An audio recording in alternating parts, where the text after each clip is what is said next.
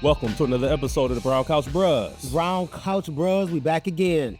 Hey, man, we back. It's just the two of us. It's just the two. Isn't that something? Just the two of us. The irony of it. The irony of it, man. Ooh, I know the people feel shorted. I know they do, man. I know they do. We'll get into it. But before we get started, man, customary toast. Here we go. Yes, sir. And don't forget to like, share, and subscribe to our YouTube channel. What you got for the tip-off today? Well, look, man, this is episode 36 of the Brown Couch Bros. And we feeling good about it. We on the move. And everybody came out last week on that episode, man. Y'all was commenting. Hopefully y'all like and subscribe. Share it. Do what you can, man. And recap yourself on episodes 1 through 35. You know, we on podcasts around the area. We got a few. Now we back on YouTube. So if you ever look up on YouTube, you'll see episodes 1 and 2 where the brothers was out there. Y'all was doing it.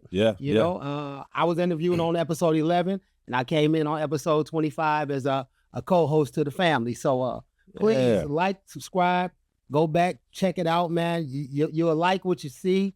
You'll love what you hear. And just know we got some guests coming out, man. We super excited.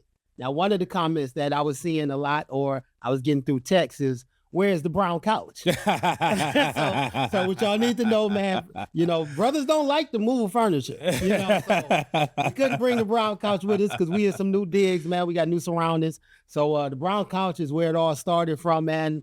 Brothers just talking sports, and that's where it's at, man. So welcome to the life of the Brown Couch Bros. We here. We episode 36 this week, and then from then on, man, it'll be another 100, hopefully. Well, thank you, man. And you know, just to comment a bit about the brown couch, you know, now it's a little bit of symbolism.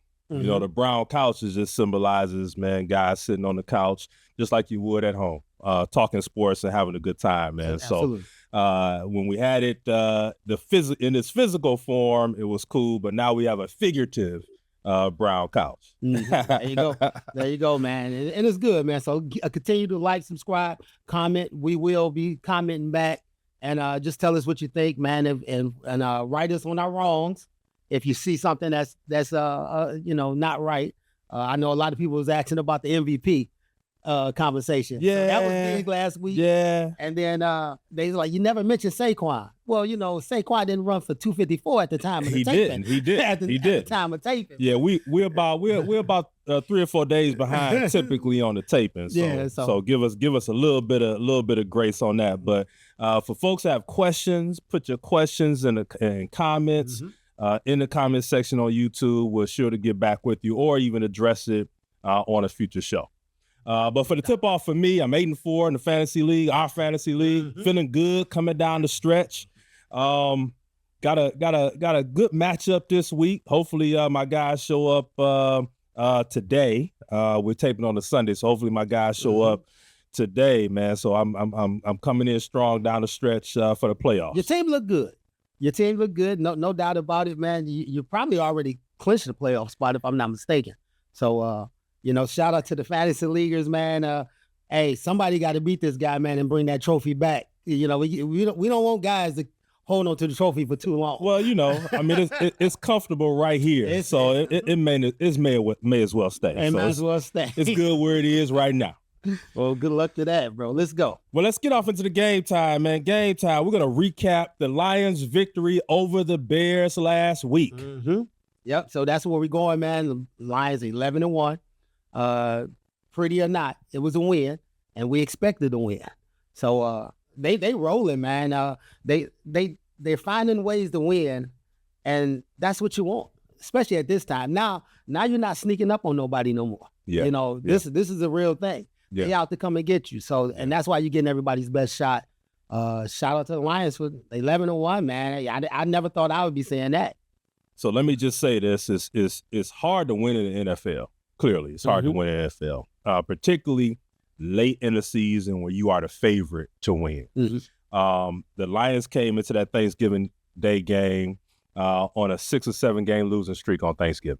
So you know, obviously that was in their heads. Now, a lot of those guys weren't around for those losses. Absolutely. But it's still something I'm sure that guys are thinking about going into that game. And so to be on top, to be, a one-loss team in the NFL this late in the season and playing meaningful football when you're on top and guys are gunning for you, you got a bullseye on your back, it's not going to always be pretty.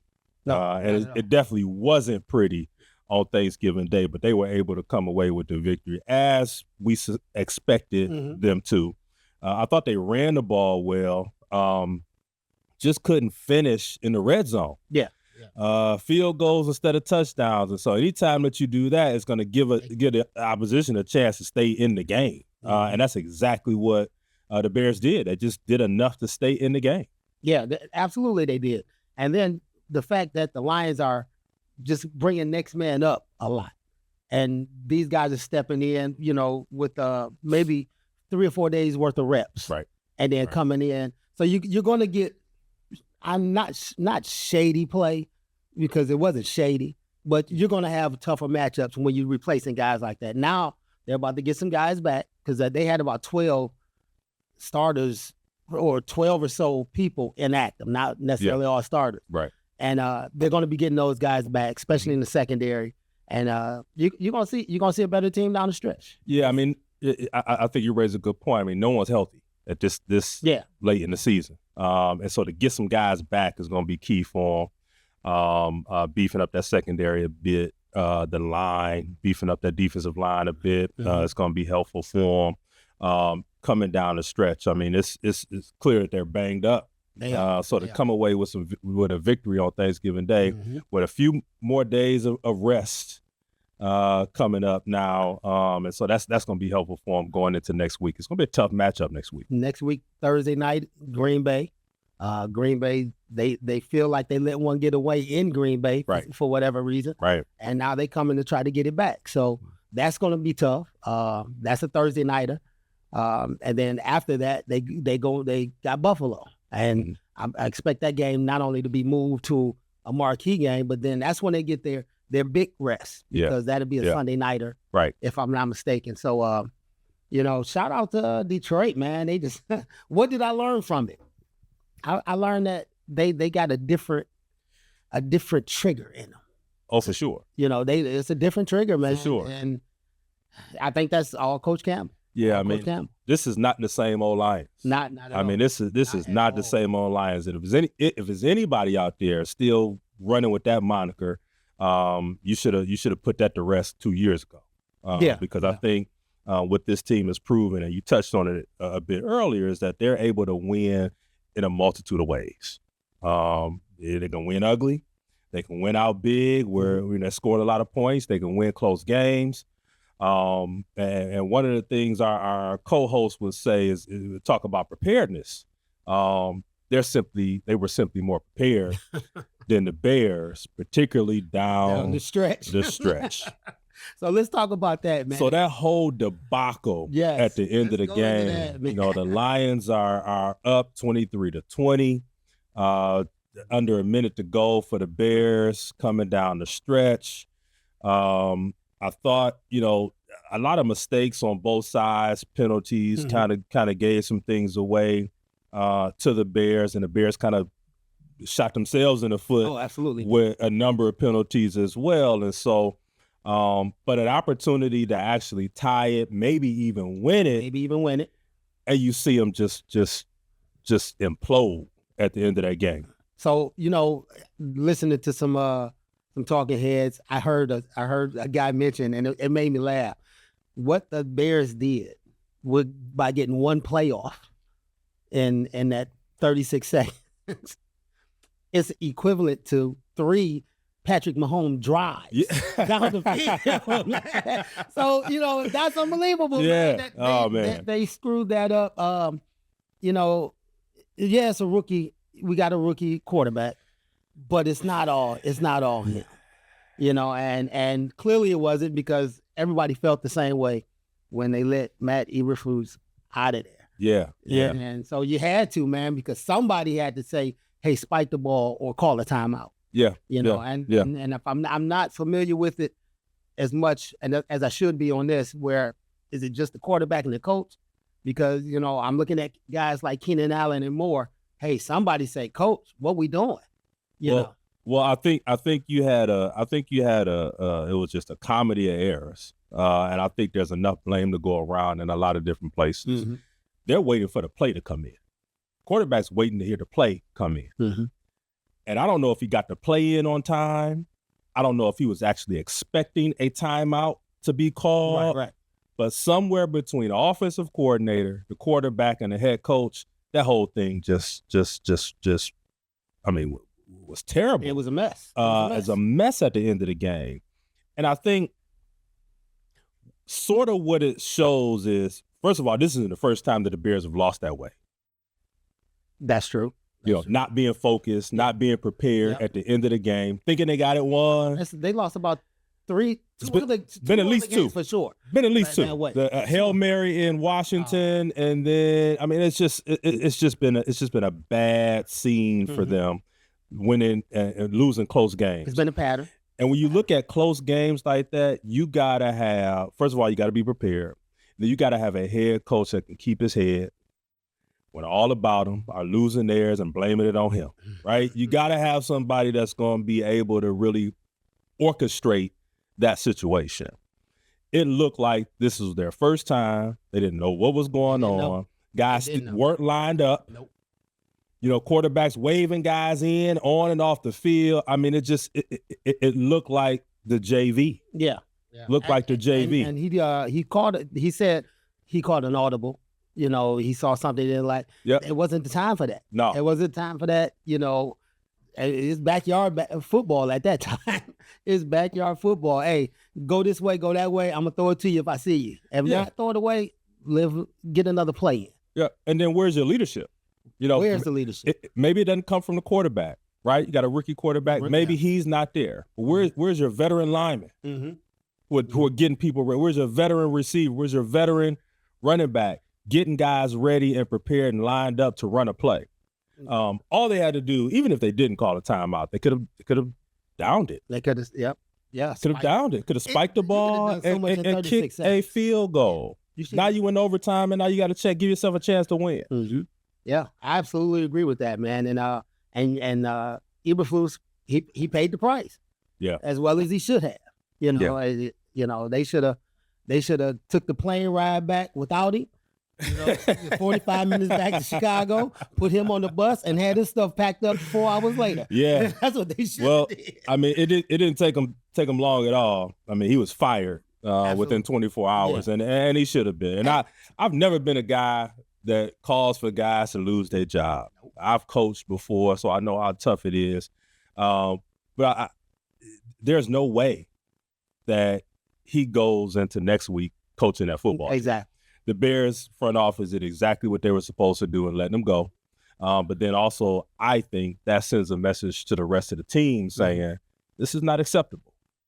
Mediocrity is not okay. Yeah. And I think it was the right move to make for the Bears front office. Well, absolutely it was, but the Bears still didn't handle it the best way. They let this man go out there, do a post-game interview, tell his side of the story, and then let him go. So it still wasn't pretty.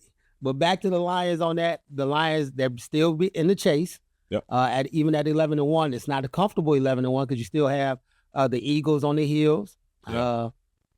Green Bay still think they could get sneak the division. Lions got a few tough games coming. Again, as we touched on it, Green Bay, Buffalo, San Francisco, Minnesota.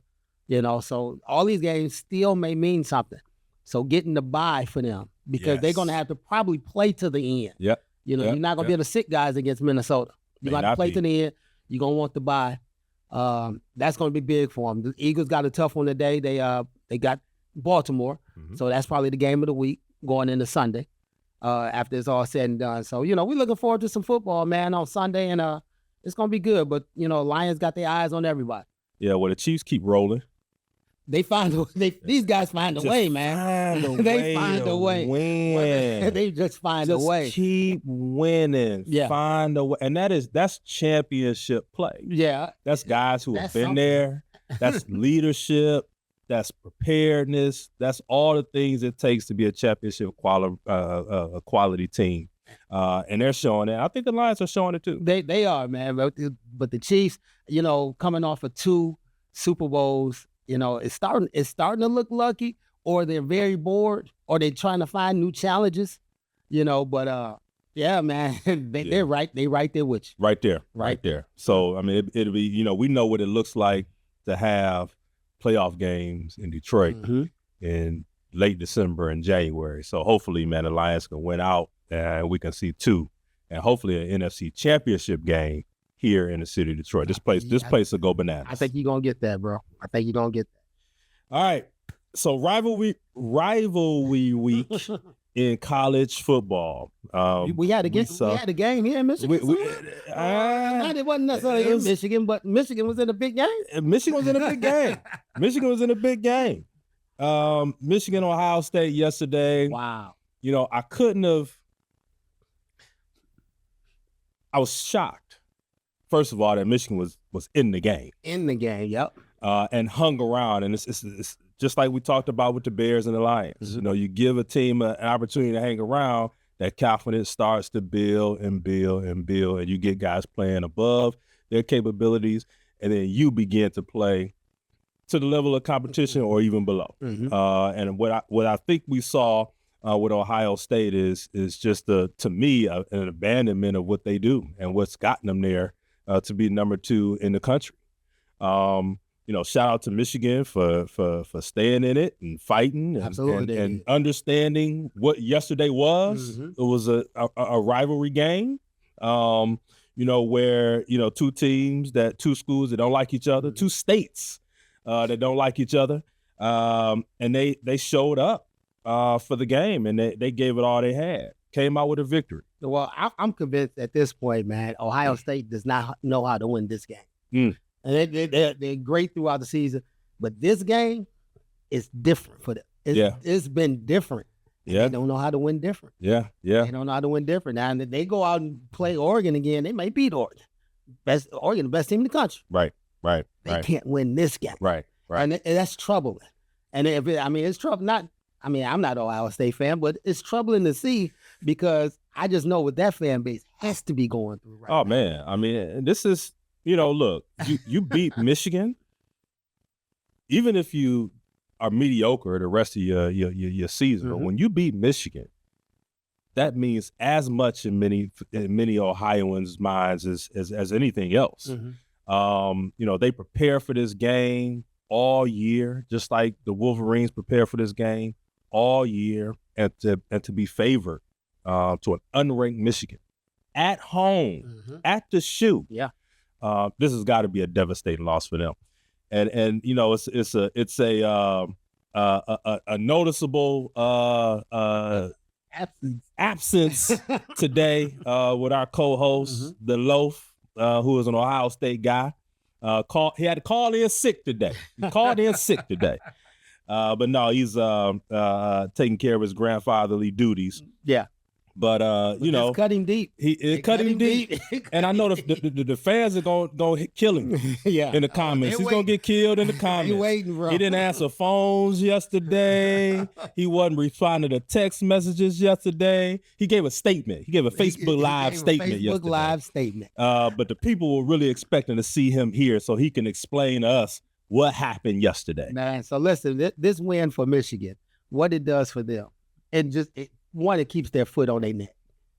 And it's almost a double win, man, because, or like we said earlier last week, they was able to get the number 1 quarterback in the country. Yep.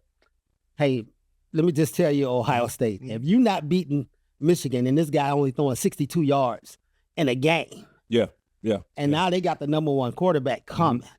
Even if he plays 4-star level, they back on your heads. Yep. So Ohio State, you guys might be in some trouble, man, for some years. And what did Michigan need yesterday that they were lacking? Better quarterback play. That's all they needed. Better quarterback play. That's all they needed. That could have been a 2-touchdown game. Man. With better quarterback play. And you were, like you said, field goals kill you, and missing them don't help you at all. He was 1-3. The kid from Ohio State, bless his heart, because I know he's got to be taking it hard. But man, it's tough. It's gonna be tough on you, Ohio State. I don't know where you're gonna run to on this one, but you may have to get Day out of there. He has a playoff run coming, so I'm sure they're waiting to see how well he does in the playoffs. And if he goes far, he may save his job. But you're still going to be told, man, you got to beat Michigan. I don't care what you do. Yeah. You can go 1-10. Well, it's the this win. What this does for Michigan, in my opinion, it's sort of forecasting the future. Michigan is based by going out and beating Ohio State yesterday. They're basically saying, we can beat y'all. We're now competing on a national level against the best, the Alabamas, the Georgias, the Oregons. We are now at a different level in terms of our competition. And all of this goes back to recruiting. Now, who can we attract? Kids who are contemplating between Ohio State and Michigan, they're going to look at that game and say, kids who are contemplating Alabama and Michigan, they're going to look at that game and say, there's some opportunity for me there. Maybe I take a serious look at U of M. And it forecasts the future of the Big Ten. So now you have that West Coast crowd, that West Coast market coming into Ann Arbor. You've got, former, nationally ranked programs year in and year out, now in the Big Ten, adding to the Michigan and Ohio States. This is a competition about attracting and retaining talent as much as it is about winning and losing games. Now you're going to see, Sharon Moore was very, vocal after yesterday's game. And so he's going to start putting himself in that recruiting, that tank and saying, nah, it's cool over here. Yeah. Well, it's up over here. He's going to tell you, I've never lost to him, but my question, and I wanted the Loaf here for that, this question is that, do kids today with the NIL and everything, do they gravitate to the rivals, or is it just a bigger bag? Well, you know what I'm saying? So it's kids in Ohio that say, man, I'll never go for Michigan. Right. Back then it used to be like, they brought on Charles Woodson out of Ohio, but it used to be, no, I can never play for you. Well, but now that the bag is out, I think the best kids do. Best kids still count the right. I think the competitors, the dogs, I think they like that rivalry. Okay. I think if you're amongst the best here in the state of Michigan, you want to be a part of winning football. You want to be a part of something special. You want to be a part of something historic.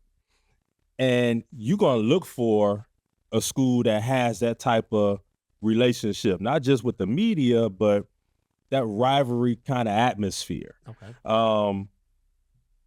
The best will still want to compete in that way. Now, there are going to be some kids who just want to run and get the bag and whoever's paying the highest number and meeting my number, that's where I'm going. And then conform to whatever rivalry. And to conform to whatever is there. But the competitors, the kids who grew up in that kind of atmosphere, if you've been playing winning sports at an early age, you just want to continue to play in winning programs. Yep. So the dogs are going to keep coming. The dogs still want that. Okay. They still they want the money, but they want to be a part of something special. They want to be a part of winning. They want to be a part of rivalries. And, it should mean something playing for your neighborhood.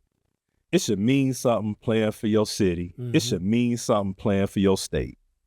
And I don't think that the best have lost that. Okay. Right? I think the best still want that and understand what that means.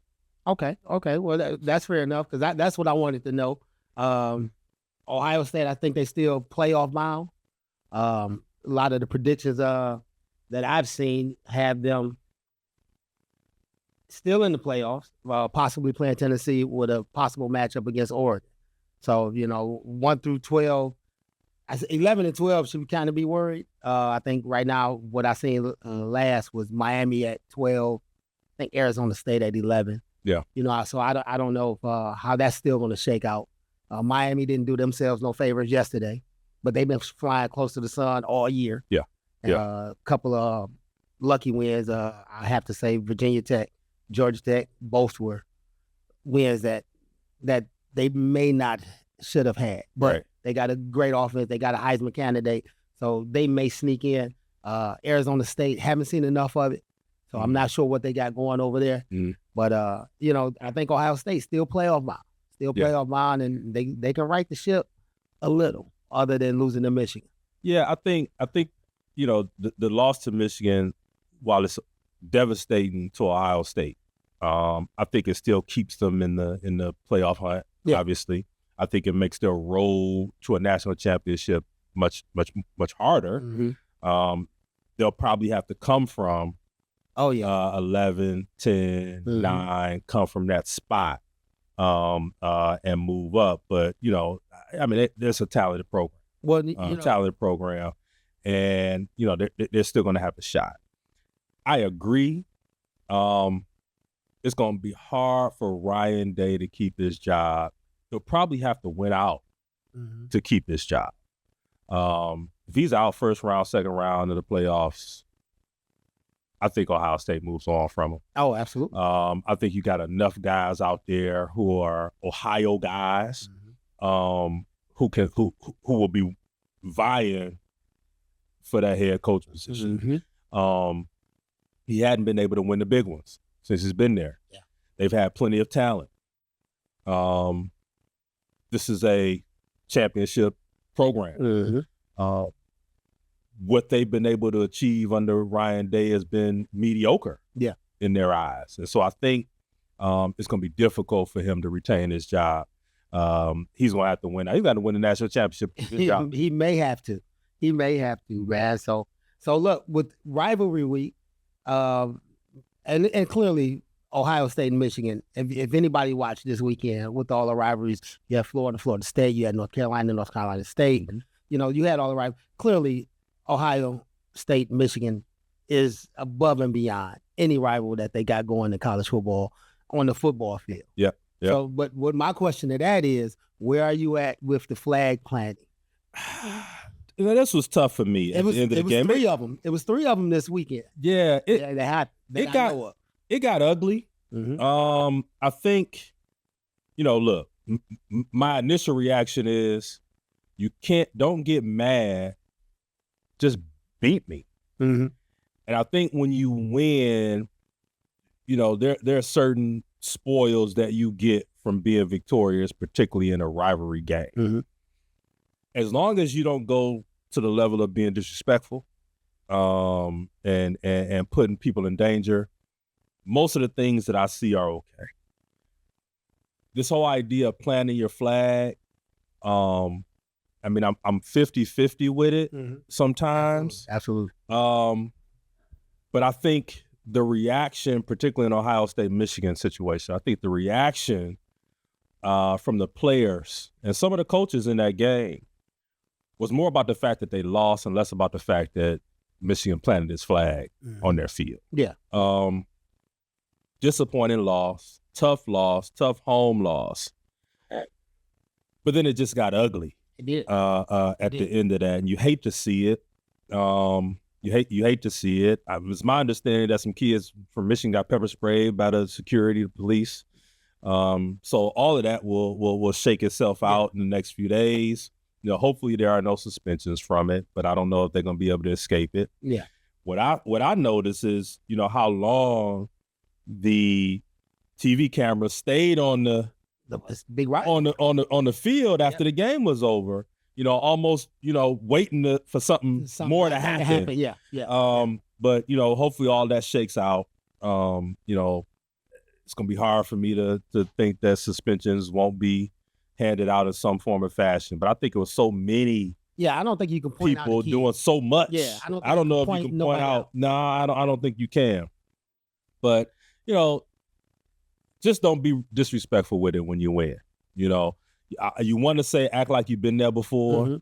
You want to say win with class, but you also understand how emotional it gets and how And even for Michigan, they've had a very mediocre season coming off a national championship.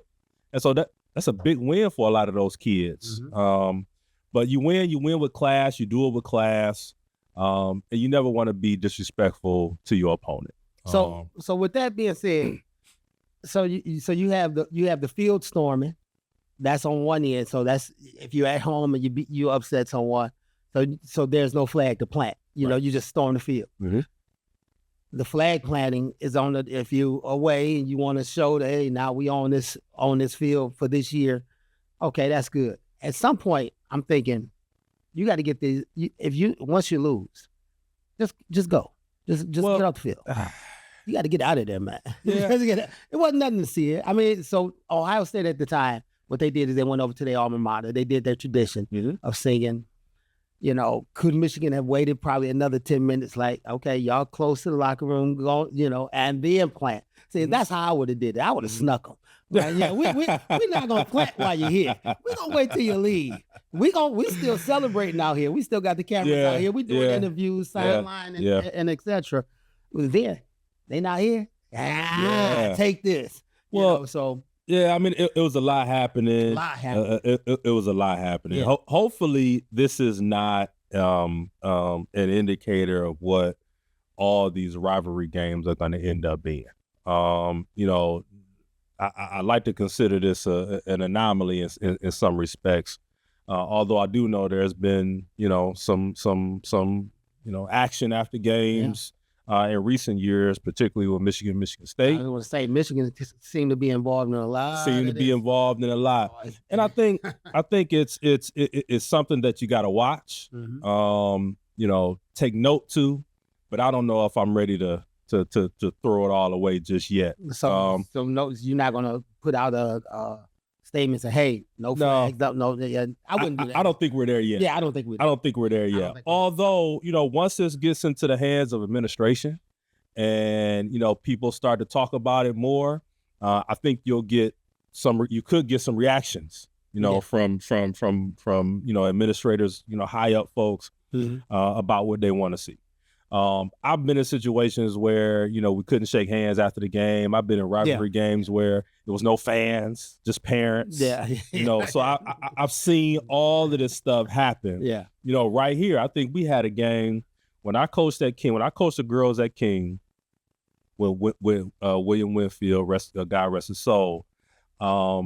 We had a game, I can't remember if it was Cass or Renaissance, but one of those games we played without fans. We played without fans in the stands because it was all this talk of something happening during the week. And so you get that sometimes. You get that sometimes with these huge games, the Cass, the King games. Absolutely. Those are always touch and go, hit or miss.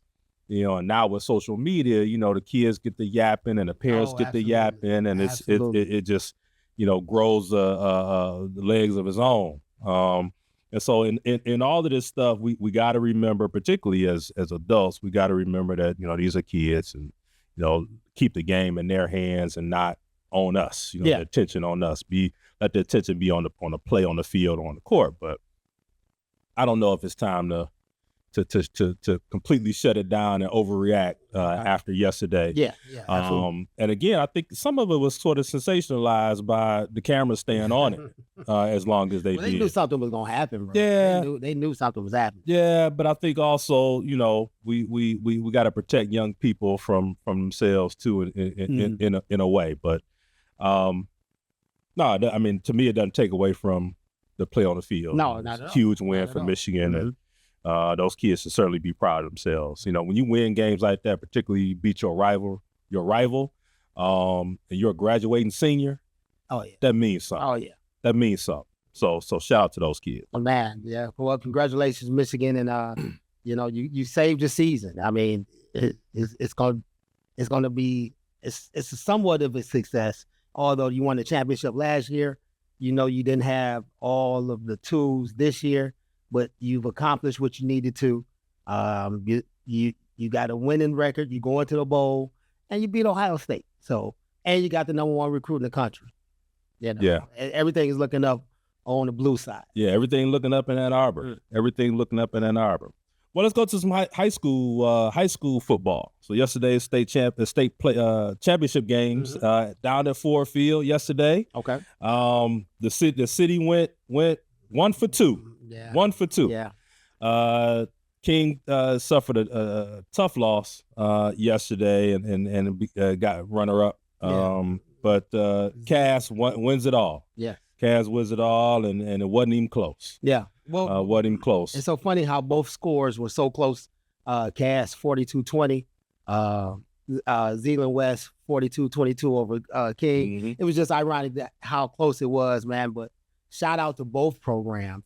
Coach Patrick over at King, the runner-up this year, first year with the program, still building, stepped in, still building. So, good luck to that. And then Cass, as much as I hate to say it, you guys just keep putting trophies in the case. And, shout out to you guys for doing that, man. So, shout out to Cass for doing that. Shout out to the city, though, still represented strong. Yeah, I mean, again, I said this on our last show. It's football city. Mm-hmm. Football is taking over the city of Detroit and the state of Michigan. Great performance yesterday by the freshman quarterback, young Tabron, throwing darts all over the field yesterday. And so, you look at what Cass has been able to build, just reloading, and even King just reloading. Yep. These games are going to be interesting in the next few years to see how that all shakes out. King beat Cass early in the season this year. And then Cass comes back and beat him for the city championship. And now Cass goes on to win the state championship. Just proud of the way that those kids perform. And it's a great light to show on the city of Detroit. Yeah, it looks good. It looks good. Looks good on paper. It looks good down the line. And watch these guys, man. They still clash. And that's another rivalry. Yeah. Another rivalry that we talking about, rivalry week, man. Yeah. So, shout out to both of them, though, man. Proud of it. Shout out also, and I have to give this shout out because I've seen it. I got a couple of King moms that I know. Okay. Shout out to the moms that continue to get these guys to these good programs. I know the dads are there, but the moms, they do the fundraising. And they get their babies to these games, and then they're there, man. They're there. They just don't get enough recognition. I watched. I see the connection with Belleville moms. The team moms that they got that come out. They do all this. They selling food. They doing dinners. Shout out to the moms of all these programs. Continue to get them babies out there, man. So I got to give hats off to that. Oh yeah, for sure. Team moms and dads, y'all keep. Being in them kids' lives and do what you got to do as well. But the moms make this thing go, man. So Cass moms, that championship is just as much as yours as those kids. Oh, for sure. And then as far as King, the success y'all had, congratulate the moms, man. Make sure y'all do that. Yeah, well, it's definitely not easy. I mean, you and me both have been youth program, youth sports parents. Yeah. And the level of sacrifice that it takes to get your kid ready, get them prepared to compete, and all that the moms do is just tremendous. So when you win a championship, everybody wins. Everybody wins the championship. That's right. That's right. Shout out to them programs, man. I got a question for you, man. Yes, sir. These Pistons, man. Are they sneaky good? What's going on? I mean, right now they're 9-13. They're it's early, but they in the playoff. They in the play-in game spot. Yeah, yeah. As far as the cup, the NCity in-season championship. Yeah. So they're 3-0 right now. They're fighting with Milwaukee for that. Yeah. So what's your thoughts on them guys, man? Well, I think that's just it. I mean, they're now competitive. They're competitive. You got a healthy Cade Cunningham right now, who I think is still early, but is playing himself into an all-star this year. You got Jaden Ivey, who's been very complimentary. Yes. To Cade, and I think you got three vets really that have come in and have really sort of stabilized that team. Tim Hardaway. And the the kid from Philly to Tobias Harris. And then a shooter that the Lakers had a couple of years ago. Those guys are coming in and really stabilizing that team. It's a nice mix of young talent with some veteran leadership there that I think is really helped them. They are 9-13 right now, but some of the close games they lost. Oh yeah. They could or gave away at the end. Yeah, I would say had Milwaukee on the ropes. That gave away at the end. I mean, they could very well be sitting at 500 right now. Yeah. I think it's impressive what they're doing. I think they're finally defending people. Yeah, well, yeah. finally playing a little bit of defense. Just a little getting in the way. And I think it's really, and first of all, it's tough to win in the NBA. You got to have talent. When that talent is young, it's hard to win.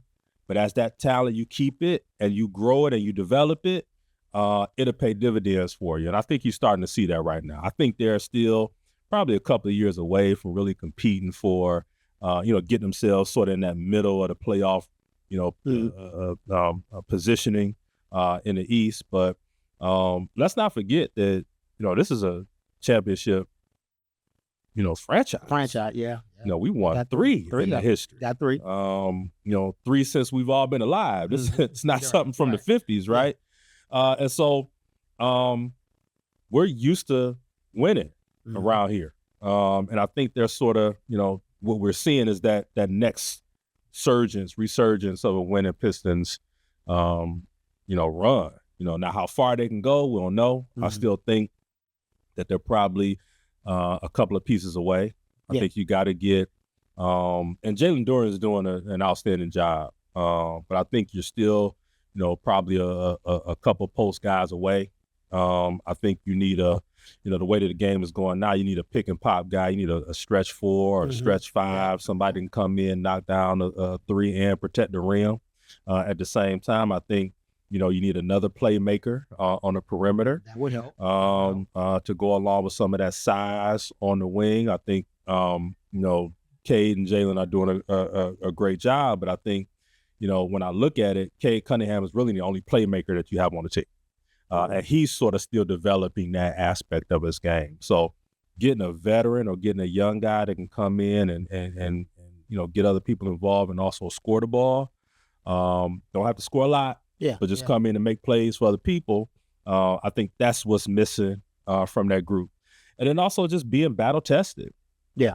A lot of these close games they've been in, and some they won, some they've lost.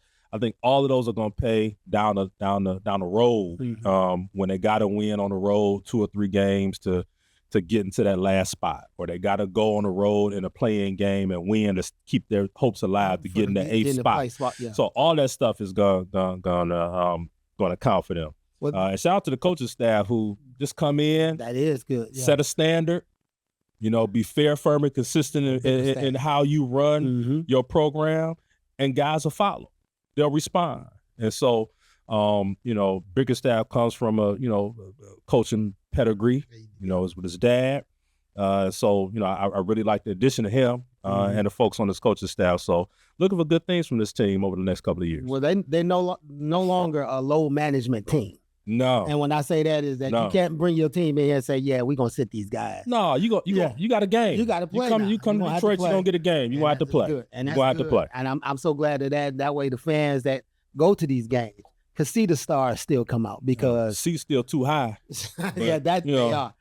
She's too high, man. I looked that up for the Philly game last night, man. I was like, you know what? I'm going to sit this one out. Yeah, man. This still too high. That's what's happening, man. Man, so that's good, bro. All right. Good, man. What's another episode of the Brown Couch Bros? That's right, man. Brown Couch Bros. Loaf, we gonna get you back over here, baby. The people, man, listen. Kill the Loaf in the comments, man. I know y'all got some questions for him. Hit us up on YouTube, man. We get the questions to him, and we can start addressing some stuff, from this week, next week, on the show. But until then, he got hell to pay, man. He gonna have to pay the piper. Oh yeah. But until then, we out.